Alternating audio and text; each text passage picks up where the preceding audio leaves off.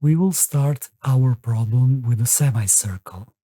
Then, using the center of the semicircle, we will construct a square so that its down right corner is touching the center of the circle and the upper left corner is touching the perimeter of the semicircle, as you can see on the sketch. Now let's say that the area of this square is 6. Then, from the bottom right corner of our semicircle, we will pull a line that goes through the upper right corner of the square and all the way until the edge of the semicircle, and therefore this will represent the chord. And we will label the length of this chord as x. Now, the question is, can we somehow calculate the length of this chord x? This problem was sent to me by my subscriber Antoine, and if you guys want to try this one out for yourself, you can pause the video right now and then come back and check the solution. Alright, so let's solve this one together. So first I'm going to label the center of our semicircle as O, and I'm going to label all the intersection points of our chord as A, B, and C. Then I will label the remaining vertices of our square as P and Q. Alright, so now first let's have a look at our square. Let's do a quick reminder. If we have a square with the side length of s, we can calculate the area of the square as s squared. And if we pull the diagonal of this square, we can get the value of the length of the diagonal as side times square root of 2. Alright, so we're going to use those formula in our case. Since we know that the area of our square equals 6, we can say that the side squared equals 6 as well. This means that the side of our square will be equal to square root of 6. And we're just going to substitute this value into our sketch. Next, let's take a look at the diagonal of our square OP, and let's calculate its length. We can use the second formula, and if we substitute the value for the side, we will get that this diagonal will have the length of square root of 12. And we're not going to rationalize this value, we're going to leave it as it is, and we're going to implement it into sketch. Now, take a look at the diagonal OP. It goes from the center of the circle to the edge of the circle, so this diagonal must represent the radius of the circle.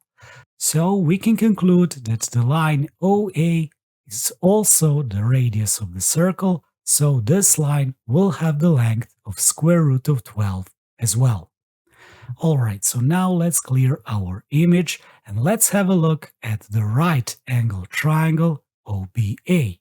We know that this triangle is a right angle triangle due to the fact that one of its legs is the side of our square OB and the bottom of the square aligns to the diameter of the semicircle.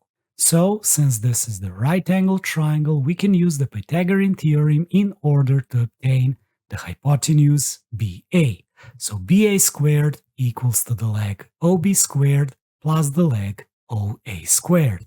And we will substitute our values from the sketch. We're going to work through this and get that BA squared equals 18, which means that BA equals square root of 18. And again, I'm not going to rationalize this, I'm just going to put this value into our sketch. Then, let's simplify the image once again. Now, let's have a look at the side of the square PB. This side equals square root of 6. And if we just extend this line to the right, to the point of intersection with the semicircle, and label this point of intersection as R, we can notice that the line PB is equal in length with the line BR. This is due to the fact that the line OB of the square is actually the line of symmetry since it passes through the center of the circle and it is perpendicular to the line PR. This leads us to conclude that the line BR also has the length of square root of 6. Now let's take the sketch and let's put it a little bit upward in order to complete the circle. Then I'm going to get rid of the lines which we don't need for now. Now let's remind ourselves about one really interesting theorem that we can use in this case, and this is the famous intersecting chords theorem. This theorem states when two chords intersect inside a circle, the product of the lengths of the segments of one chord equals the product of the lengths of the segments of the other. So in our case from the sketch, the product of the segments CB and BA equals to the product of the segments BP and BR. And you can notice that I have labeled the sketch on the right the same as sketch on the left to avoid any confusion. So we're just going to use this equation, and we will substitute the values for those segments from our sketch. We're going to work through this, and notice that I'm deliberately leaving the square root of 36. I'm not going to simplify it, because CB equals square root of 36 over square root of 18, which equals 2. And let's implement this value into our sketch as well. Now, let's clear our image and let's get back to the original position. Now, remember, we're looking for the length of the chord CA, and we can find this length as the sum of the segments CB and BA. We are going to just substitute the values from the sketch, and this time we will rationalize square root of 18 to 3 square root of 2. In this way, we will get that the line x has the length of 4 square root of 2, and this is our awesome solution. Well, I really hope you guys enjoyed this problem.